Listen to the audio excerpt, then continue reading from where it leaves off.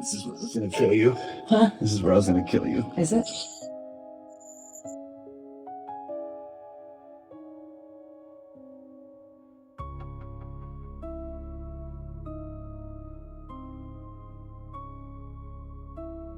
Gonna kill you.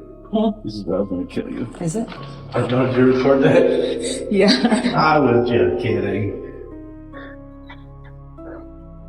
It doesn't like that whenever it happens. Oh, crap. Okay, so I'm a little bored and I want to rate places me and the guy that I'm dating have been so far. Starting off super strong, Japan's versus Netherlands game at the AT&T Stadium in Dallas, 10 out of 10 experience. If you didn't get to go to a World Cup game, you missed out. The first game so much, we went to Kansas City for a second game. I'm telling you, atmosphere, crazy. This time we actually did walk with the Netherlands fans behind the bus.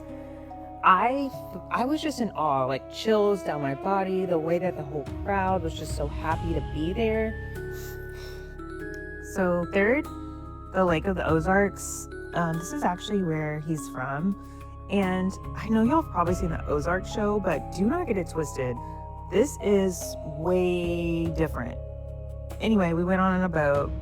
I loved it. 10 out of 10 if you haven't been.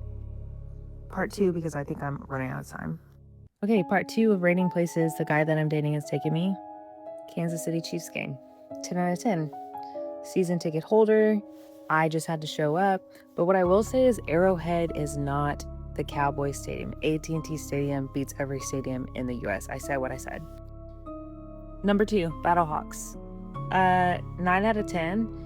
10 out of 10. Not as fun as the Chiefs game, just because it's like obviously not the NFL, but this was kind of cool. Never been to arena football or whatever that new league is The Rock has, or part owners, whatever. But this was a pretty cool experience as well. Yeah, 10 out of 10. We went again. I'm realizing we just like to go to sporting events.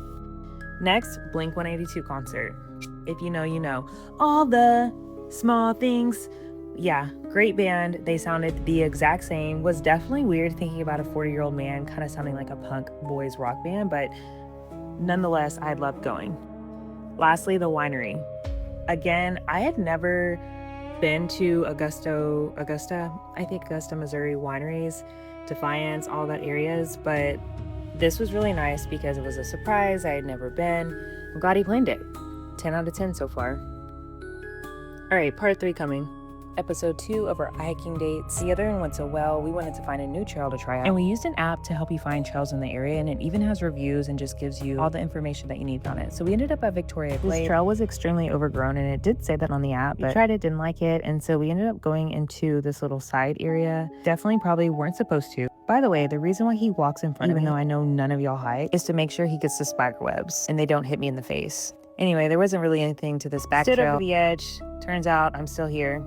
Ended up at this other trail at Washington State Park, and I actually loved this one. This one had 1,000 limestone steps you could climb. We also found this weird little creepy house. Turns out I think it was just some kind of lookout or watch area, but boy, this scene was breathtaking. Veered off on a 6-mile trail, saw this sign, and I'm actually genuinely afraid of heights. The first little cliff area, it's kind of hard to see, and I was too close to get to the edge. Something about that fear of falling, like it just hits you when you get closer and closer. But anyway, overall, the hike was really good. Anyway, we went again, and I'm glad we did. I think this is going to be our thing now.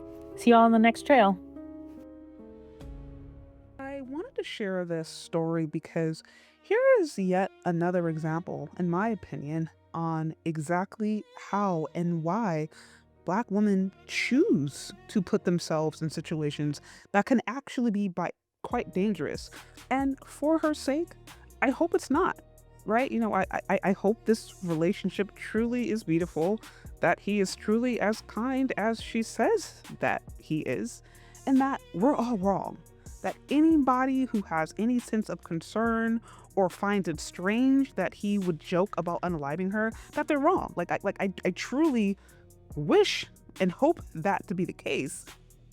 But as I've stated before, one of my primary issues with the rhetoric around interracial relationships is that it gives Black women the allowance to turn off their discernment and to create standards for white men or non-black men that they oftentimes wouldn't put up for with black men, to overlook blatant red flags that could be dangerous. And they do this because there is this default trust that black women have for white men, or quite frankly, any man that is not black. It's pretty obvious at this point that black women, particularly those who aspire to swirl, it's very common. It's very common when you meet black women who aspire to swirl, especially if they're, probably later on, late 20s, early 30s or whatever. It's very common for these black women to have developed some negative beliefs or experiences about black men, and to have picked up positive ideas about white men through shows like Love Island, right? Through Bridgertons, through Queen Charlotte, through Scandals, through, fill in the blank. What's the newest one? The Odyssey, where Lupita Nyong'o was playing the love interest with the white guy. Like, just think about the amount of interracial coupling that we've seen across the media, across these different platforms and reality television shows that continue to promote interracial relationships, specifically between white men and black women. And usually in these dynamics, it presents white men as this almost like savior archetype. You have many black women who just have these idealized beliefs about white men for many reasons. I'm not going to say it's just media, although I think that's an influence for it. You also just have, legitimate internalized anti-blackness that black women themselves also struggle with at times. And another reality is the fact that just like the black community collectively does not have the amount of wealth that the white community has. And so what that means is that you have many black women who don't necessarily grow up experiencing things that are more inherent in middle or upper class environments. They don't grow up experiencing vacations. They don't grow up in nice homes, in suburban homes where there's soccer moms who are baking cookies on the weekend and, going over each other and having potlucks, and they're having vacations once or twice a year, and then they're going to swim lessons and they have ballet classes. There are many black children who don't grow up with the resources to even do those things. And so because of that, they are impressed by the bare minimum. All the white guy has to do is take a black girl out and a few dates, take them to a few nice restaurants. Maybe they go to a suburban area and go on a hike, and they think they're living the high life because the standards for a lot of black women are to hell. And so again, I'm saying this because in the best case scenario, a black woman has these idealized expectations for white men.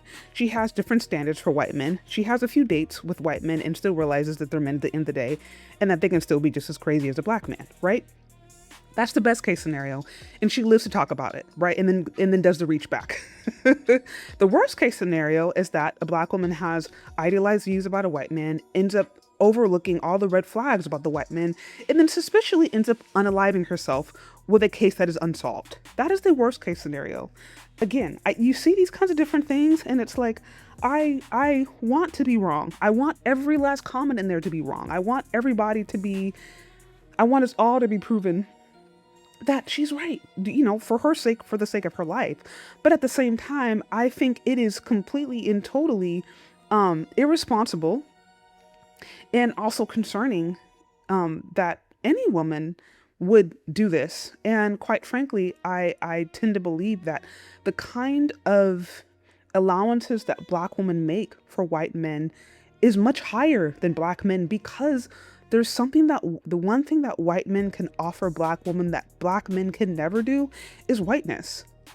It is whiteness. And that is something that some black women are willing to put their life on the line for. They are willing to throw it all away just for the value that they believe whiteness has and the value that they believe whiteness adds to their life, even if that means overlooking red flags. I can't say I fully understand the intention of this content creator. It's obvious she wants attention, otherwise she would not have posted this video and then continue to defend the man she is going out on these dates with. So only she fully knows the intention. And as I mentioned before, I truly hope it works out. I truly hope all of us, including me, are wrong and that these are not red flags. I really do. However, I think it's also important to note how lenient and also the way that aspiring swirlers or black swirlers are at times willing to bend over backwards, create new standards, lower standards, or in some cases even remove all standards, just as long as a guy is white. Overlook red flags, put themselves in positions that would be dangerous and that we would all acknowledge is dangerous if it was with a black man, and how that can create scenarios that can end up being divested disasters. This is exactly why I talk about this on my channel, because we have to reckon with the fact that creating different standards for a man just because he's white, or creating allowances for a man that's white, just because we automatically perhaps ascribe qualities or values to him that we wouldn't do for a black man, actually can be dangerous and can be lethal. And we certainly have to move away from the stereotype that black men are the ones in the black community going around here chasing whiteness as much as they can. We have to reckon with how anti-blackness has definitely impacted the psychology of some black women as well. But anyways, y'all, that's what I got. What y'all think about this whole thing? Let me know your thoughts down in the comment section. Thank you so much for listening if you've gotten this far. And we'll talk later. Bye. Hey everybody, be sure to shop my Don't Blame Jermaine collection. I have this available in different colors. I also have it in hoodie and snapback and in baseball caps for your convenience. Check it out. And while you're at it, don't forget to grab your copy of It's Not Jermaine's Fault and Jermaine Did It Too. One of the things I love about these books is that they're culturally relevant yet age appropriate, designed with both kids and adults in mind. They're meant to illustrate real-life scenarios in a way that can provoke age-appropriate yet meaningful conversations that everybody can enjoy. You can grab your copy today on Amazon or through my website, available now in digital and paperback formats. Thank you so much for taking the time to listen to me, and I hope you enjoy reading these books as much as I loved writing them.